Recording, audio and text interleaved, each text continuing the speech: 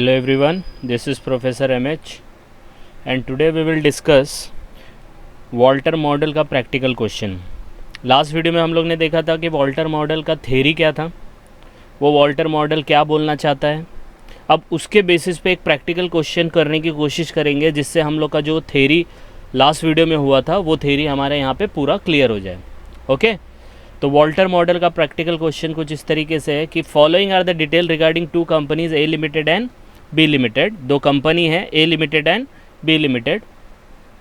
Details दिया है, पहला इंटरनल रेट ऑफ रिटर्न दिया है। ए लिमिटेड का भाई 15% कमाता है वो, बी लिमिटेड 5% कमाता है। कॉस्ट ऑफ कैपिटल है, इक्विटी कैपिटल 10% ए लिमिटेड का, बी का भी 10% है। अर्निंग पर शेयर दोनों कमाते हैं 8 रुपया। Calculate the value of an equity share of each of this company according to Walter model when the dividend payout ratio 75%। तो आपको वॉल्टर मॉडल के हिसाब से उसका प्राइस निकालना है। अगर डिविडेंड पे आउट रेशियो 75% है, डिविडेंड पे आउट, तो याद रखना जब पे आउट परसेंटेज में दिया होता है तो जितना अर्निंग होता है उसका परसेंटेज निकालने का। तो 8 रुपीज़ का 75% निकालेंगे, तो 8 रुपीज़ का 75% तो 6 आएगा, तो 6 रुपया आपका डिविडेंड हो जाएगा दोनों केस में, क्योंकि दोनों में अर्निंग पर शेयर सेम है।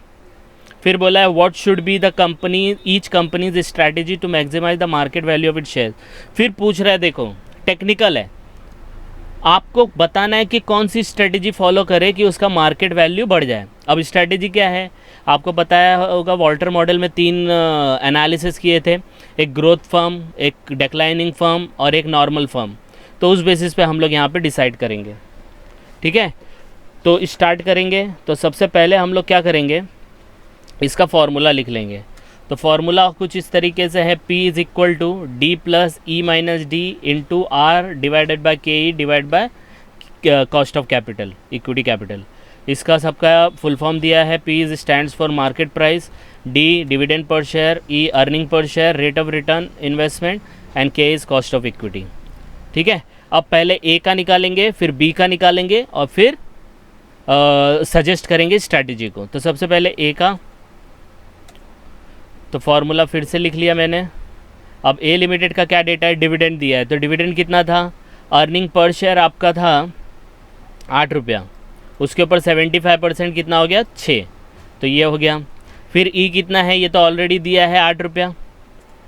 Rate of return on investment 15% बोलो या 0.15। अब ये कैसे आया, तो 15 को आप जब डिवाइड करेंगे 100 से तो आपको 0.15 आएगा। ठीक है, कॉस्ट ऑफ इक्विटी 10% दिया है तो परसेंटेज है इसको 0.10। इसको इसीलिए कन्वर्ट किया है कि अपने कैलकुलेशन में थोड़ा आसानी हो जाए। ठीक है, तो ये हो गया।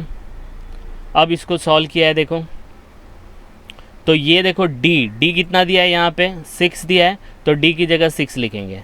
ठीक है, ई यहाँ पे दिया ई माइनस डी, तो ई कितना है 8 रुपया और 6, तो 8 माइनस 6 यहाँ पे लिखा है। ठीक है, into are divide by K ई, तो आर कितना दिया है 0.15, के कितना दिया है 0.10, तो 0.10 डिवाइड बाई के ई दिया है, तो के ई 0.10। अब इसको सॉल्व करेंगे, तो कैसे सॉल्व करेंगे, पहले ब्रैकेट को सॉल्व कर लेंगे। तो 8 माइनस 6 इज 2, तो 6 प्लस 2 इंटू 0.15 डिवाइड बाई 0.10 करेंगे 10, तो 1.5 आएगा। तो पहले इन दोनों को मल्टीप्लाई करने का, ये प्लस दिखेगा तो प्लस नहीं करने का, पहले इन दोनों को मल्टीप्लाई करने का फिर प्लस करने का। तो 6, तो 2 को 1.5 से मल्टीप्लाई करेंगे तो 3, तो 6 प्लस 3 डिवाइड बाय 0.10 तो आएगा 90। तो 90 आपका आ जाएगा शेयर का भाव चल रहा है। आई बात समझ में, शेयर का भाव कितना चल रहा है 90 रुपीज़ चल रहा है। तो वॉल्टर के हिसाब से ए लिमिटेड का जो शेयर का भाव है वो है 90 रुपीज़। सेम वे में बी का करेंगे, फॉर्मूला लिख लिया। बी लिमिटेड में डिविडेंड भी सेम था, अर्निंग सेम था, तो उसका 75% 6 आएगा। अर्निंग पर शेयर 8 रुपया था, तो that we will write. Return on investment 5% था वहाँ पे, तो 0.05। तो 5% को अगर आप 100 से डिवाइड करेंगे तो 5 डिवाइड बाय 100, तो 0.05 आएगा। अगर आपने ये 0.05 को 0.5 लिखा तो गलत हो जाएगा, तो 0.05 लिखना है। Okay, next is cost of equity 10% और 0.10। फिर यही वाला सॉल्व किया है, देखो सेम है, डी 6 दिया है, फिर ई 8 दिया, तो 8 - 6 इंटू 0.05, क्योंकि आर जो दिया है that is 5%, that is 0.05 divide by के ई दिया है 0.10 और होल डिवाइड बाय 0.10। सेम इसको सॉल्व करेंगे तो 8 - 6 2 हो जाएगा, 2 को फिर यहाँ पे 0.05 डिवाइड बाय 0.10 करेंगे तो 0.5 आ जाएगा, तो 2 मल्टीप्लाई बाय 0.5 तो 6 + 1 हो जाएगा, आई बात समझ में, और डिवाइड बाय 0.1 तो उसका वैल्यू आ जाएगा 70।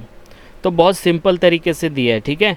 बस ये याद रखना ये ब्रैकेट को कैसे क्लोज करना है पहले, ये ऐसे मत कर देना 6 + 8 - 6 तो 8 ही आएगा। ब्रैकेट को पहले सॉल्व करना है, फिर मल्टीप्लाई का साइन करके पहले इनको डिवाइड करके फिर मल्टीप्लाई करना है। ये देखो यहाँ पे मैंने प्रॉपरली बताया है, तो इसका वैल्यू आ गया 70। तो होप आपको समझा, ये बहुत सिंपल है, ठीक है। तो दोनों का भाव निकल गया, पहले वाले का कितना निकला था 90, दूसरे वाले का कितना निकला 70, ठीक है। अब हम लोग को सजेस्ट करना है इसकी स्ट्रैटेजी, तो स्ट्रैटेजी कैसे आएगी, let's see. A limited, B limited, A limited का डिविडेंड था इतना, इसका हम लोग का पूरा डिटेल लिख लिया, ठीक है। अब देखो स्ट्रैटेजी, अब यहाँ पे देखो ग्रोथ फर्म की स्ट्रैटेजी थी कि रेट ऑफ रिटर्न अगर ज़्यादा होएगा कॉस्ट ऑफ इक्विटी से, तो आर कितना है 15%, के कितना है 10%, तो ये ग्रोथ फर्म में आ जाएगा। तो वो ग्रोथ फर्म का क्या हम लोग ने एनालाइज किया था कि जितनी भी अर्निंग होगी वो हम अपने पास ही रखेंगे विदाउट डिस्ट्रीब्यूटिंग डिविडेंड, और डिविडेंड नहीं करेंगे, क्योंकि हमारे पास कंपनी में पैसा रहेगा तो ज़्यादा रिटर्न मिलेगा 15%, और कॉस्ट ऑफ इक्विटी तो उसका 10% ही है, राइट। तो हम लोग डिस्ट्रीब्यूट नहीं करते हुए उस पैसे को हम लोग अपने पास ही रखेंगे। तो स्ट्रैटेजी होगी कि हम लोग अपना अर्निंग खुद रखेंगे, डिविडेंड डिस्ट्रीब्यूट नहीं करेंगे। अब बी लिमिटेड में क्या होगा, ये सब डेटा हम लोग ने लिख लिया। ये डिक्लाइनिंग फर्म है, कैसे पता चला, क्योंकि देखो ना रेट ऑफ रिटर्न कितना है 5%, कंपनी 5% ही कमा रही है, लेकिन जो पैसा लगा रहा है उसको 10% देना पड़ता है, तो return is less than cost of equity. तो do not retain the earning, जो भी कमा रहे हो पूरा का पूरा क्या करो, उसको डिविडेंड डिस्ट्रीब्यूट कर दो, क्योंकि अपने कंपनी में तो इतना रिटर्न नहीं मिल रहा है, डिविडेंड डिस्ट्रीब्यूट करके हटा दो, जिससे हम लोग का मार्केट में भाव बढ़ जाएगा। आई बात समझ में, तो ये इसकी स्ट्रैटेजी है। तो थ्योरी में आपको थोड़ा बहुत कॉम्प्लिकेशन लगा होगा, लेकिन जब इसका प्रैक्टिकल क्वेश्चन आप देखोगे तो it is very simple, okay. इसको 1-2 बार आप गो थ्रू करो, फर्स्ट अटैम्प्ट में थोड़ा डिफिकल्ट होगा समझने में, लेकिन 1-2 बार आप इसको गो थ्रू करेंगे तो आपको समझ में आ जाएगा कि वॉल्टर मॉडल बोलना क्या चाहता है, ओके।